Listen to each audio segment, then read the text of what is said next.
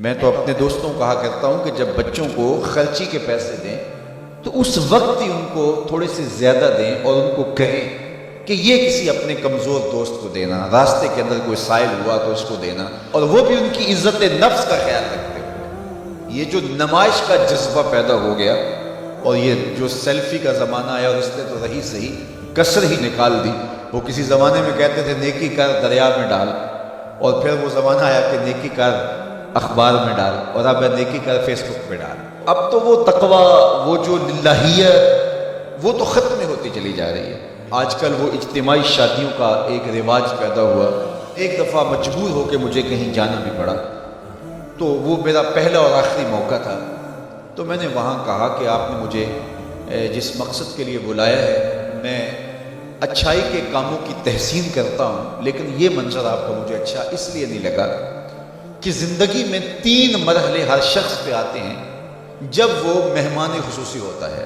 جب وہ پیدا ہوتا ہے، کالا کلوٹا بھی کیوں نہ ہو، سارے اسے دیکھنے آتے ہیں۔ جب وہ عروسی کا جوڑا پہنتا ہے، چاہے مرد ہے چاہے عورت، تو اس وقت بھی سارے لوگوں کی نگاہ کا مرکز ہوتا ہے۔ اور تیسرا، جب سفید کفن اوڑھ کے آخری منزل کی طرف چلتا ہے تو سارا شہر کہتا ہے چلو اس کا منہ دیکھائیں۔ بلکہ اس کا یہ پروٹوکول ہے کہ امام کعبہ بھی ہو تو وہ پیچھے کھڑا ہوگا، اس کے جنازے کو آگے رکھا جائے گا۔ یہ اس کا اعزاز ہے، یہ اس کی تقریب ہے۔ وقت کا غوث بھی ہو تو وہ بھی پیچھے کھڑا ہوگا، اس کا جنازہ آگے رکھا جائے گا، یہ اس کا اعزاز ہے۔ تو میں نے کہا یہ 3 موقع ہوتے ہیں کسی کمزور سے کمزور، غریب سے غریب، عاجز سے عاجز شخص کے لیے بھی عزت کے، اور آج آپ نے ان سے یہ موقع بھی چھین لیا کہ اسٹیج کے اوپر مخیر حضرات بیٹھے ہیں، اور ایک قطار میں بیٹیاں بیٹھی اور ایک قطار میں جو ہے وہ دلہے بیٹھے ہیں، اور ان سب کے رشتہ دار سامنے باراتی 20-20 40-40 لوگ آئے ہوئے ہیں۔ تو ان سب کی غربت کا ہم عملاً مذاق اڑا رہے ہیں۔ آج یہاں میں کسی کے چہرے کے اوپر خوشی نہیں دیکھ رہا۔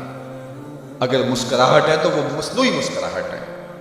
کاش کہ ان کے ماں باپ کے گھروں میں جا کر کے تنہائی کے اندر ان کی مدد کرتے، اور یہ بیٹیاں اپنے گھر سے نکلتی اور ماجرا ہوتا۔ اب ان کی غربت کا گواہ آپ نے کتنے لوگوں کو بنایا، اور صرف اپنے اشتہار کے لیے۔ تو یہ مزاج پیدا کریں، عزت نفس نہ کسی کی مجروح ہونے دیں۔ سب سے قیمتی شے انسان کی عزت ہوتی ہے۔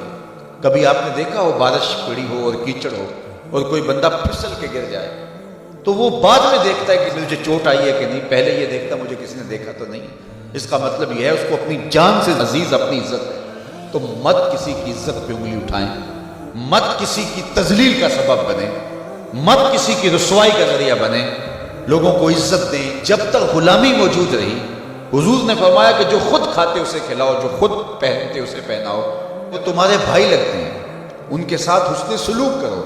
جبکہ وہ آقا کا جوتا بغیر اذن کے چھو لیتے تھے تو آقا اس کو بھی کوڑے مارتا تھا، لیکن میرے حضور علیہ السلام معراج سے واپس پلٹتے اور کہا بلال تو کون سا نیک عمل کرتا ہے، میں نے جنت میں تیرے قدموں کی آہٹ سنی ہے۔ کیا خیال ہے اس ایک جملے نے دور غلامی کی ساری تھکن اتار نہیں دی ہوگی، اور غلام فرش اٹھ کے فراز عرش پہ نہیں پہنچ گیا ہوگا؟ یہ عزت دی ہے۔ علامہ اقبال علیہ رحمہ نے وہ جو ابو جہل کا کعبے کے پردے کو پکڑ کے زاروں کے تار رونا ہے اور حضور کے خلاف رب سے شکایت کرنا ہے، وہ لکھا ہے۔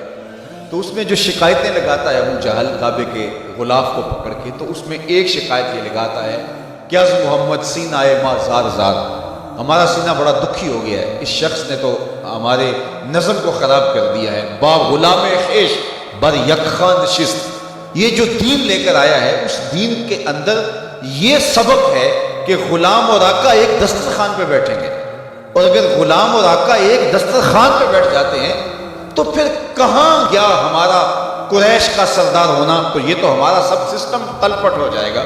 لیکن میرے حضور یہ دین لے کر آئے تھے، انسان کی بنیادی عزت کو بحال کرنا تھا، اور حجۃ الوداع کے موقع پر حضور نے پاؤں تلے جس طرح کسی چیز کو روندا جاتا ہے اس طرح کچلتے ہوئے فرمایا آج کے بعد میں تفاخر ختم کرتا ہوں، کسی عربی کو اجمی پر، کسی اجمی کو عربی پر کوئی فخر نہیں ہوگا۔